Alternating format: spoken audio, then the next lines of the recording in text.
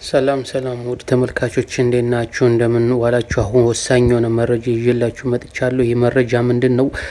ትላንትና ዛሬ በወሎና በጎጃም ከፍተኛ የሆነ የወታደራዊ ዘመቻ እየተደረገ ነው። ይህ በወታደራዊ ዘመቻ የታሰበው ምንድነው? በወሎና በጎጃም የታሰበው እንዲሁም ደግሞ በሸዋ የታሰበው እንግዲህ እነ እስክንድር ቁጥቋጦ ውስጥ የጎጃሙን ነገር ማስተካከል ብለው ተስማምቷል።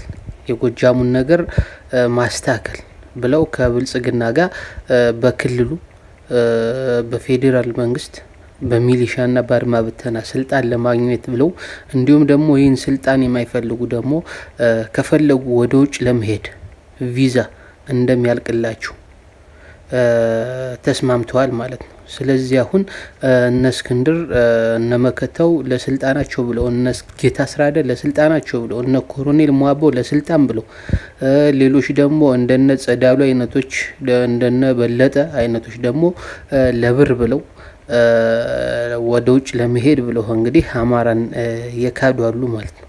አማራን ክደው እያስጨፈጨፉ ይገኛሉ። ትላንትና ዛሬ በተለይ በከፍተኛ ሁኔታ መንግስት ትኩረት ያደረገበት የምሬን ጦርና የዘመነን ጦር ነው። ጎጃም ላይና ወሎ ላይ እንዲሁም ደግሞ ሸዋ ላይ የኢንጂነር ደሳለኝ ሲያሽ ሸዋ ላይ ማለት ነው። ሸዋ ላይ የዘመተበት ምክንያት ጀነራል ተፈራን ለመግደል ነው። ጀነራል ተፈራን ገሎ ዘመነ አስገደሉ። ዘመነ መረጃ ሰጡ። ዘመነ ከነ እስክንድር ጋር የተጣላ መስሎ መረጃ ሰጡ።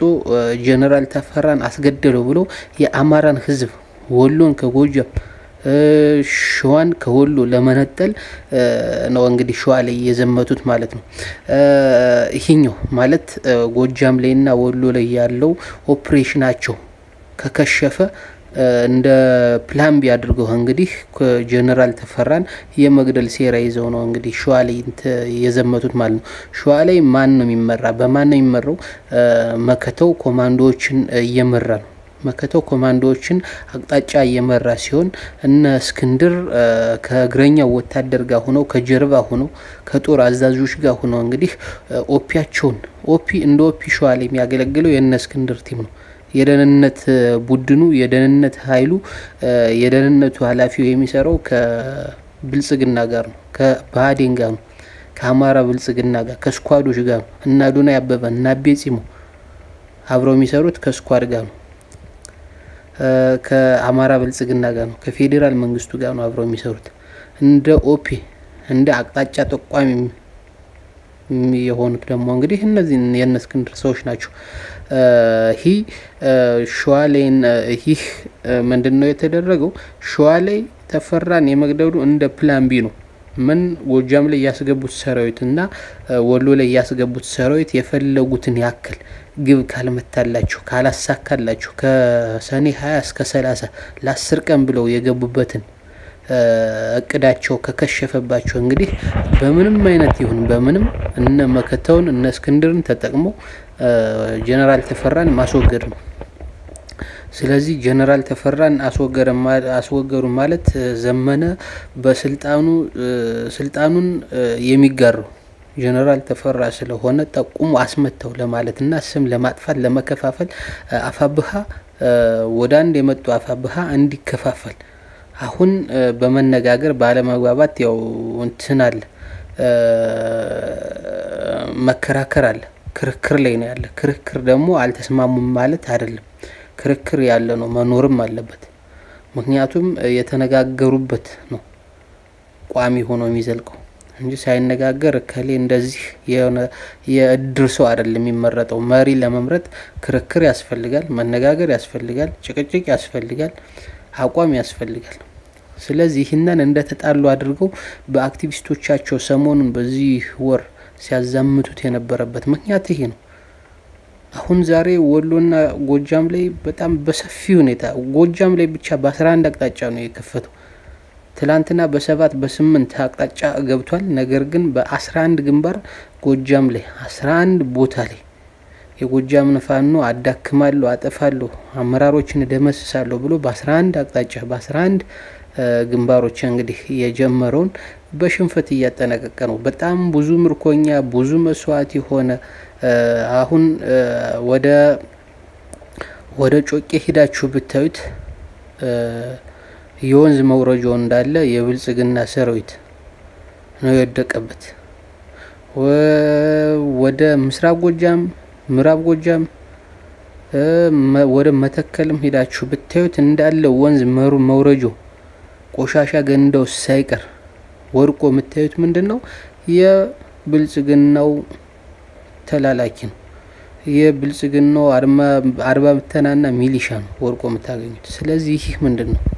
ይህ መስዋዕት ለምንድነው ሲባል ለአንድ ሰው ስልጣን ነው። የአንድ ሰውን ስልጣን ለማቆየት አብይን በስልጣን ለማቆየት የአማራን ጠላት በስልጣን ለማቆየት ብለው በባዴኖች በሆዳሞች ተታለው የሚሞተውና አድማ ብተናና ሚሊሻ ነው። ያስ ሌላውስ ቢያንስ አማራ ጥል ሆኖ ነው የመጣው።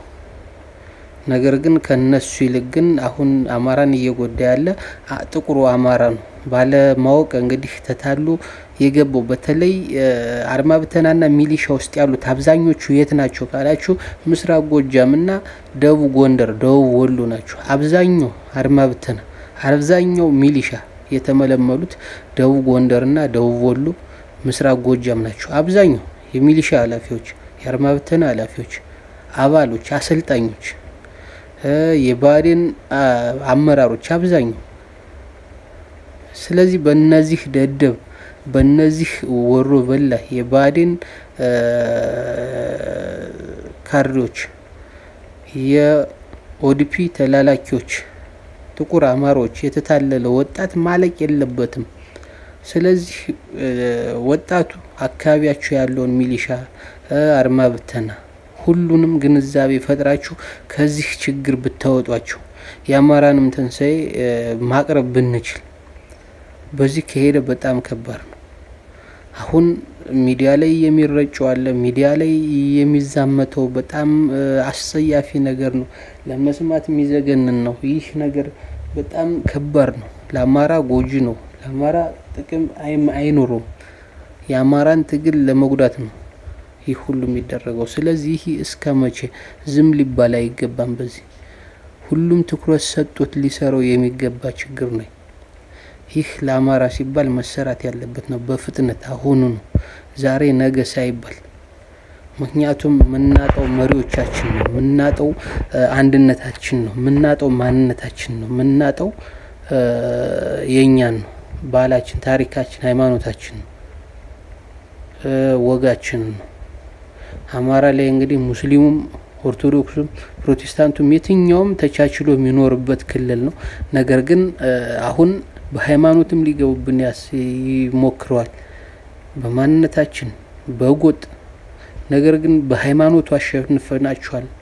ፕሮቴስታንቱ ኦርቶዶክሱ ሙስሊሙ አማራ ክልል አንድ ሆኖ ቆሞባቸው በሃይማኖት አልነሳላቸው ሲል በጎጥ ከፋፍሏል። በጎጥ ደግሞ የተያዟቸው እነማንን ነው ካላችሁ በቃ ስኳዶችን የአማራ ጥቁር አማሮችን። ስለዚህ ህዝቡ አንድ ሆኖ ሊታገሉ የሚገባ ነገር ነው።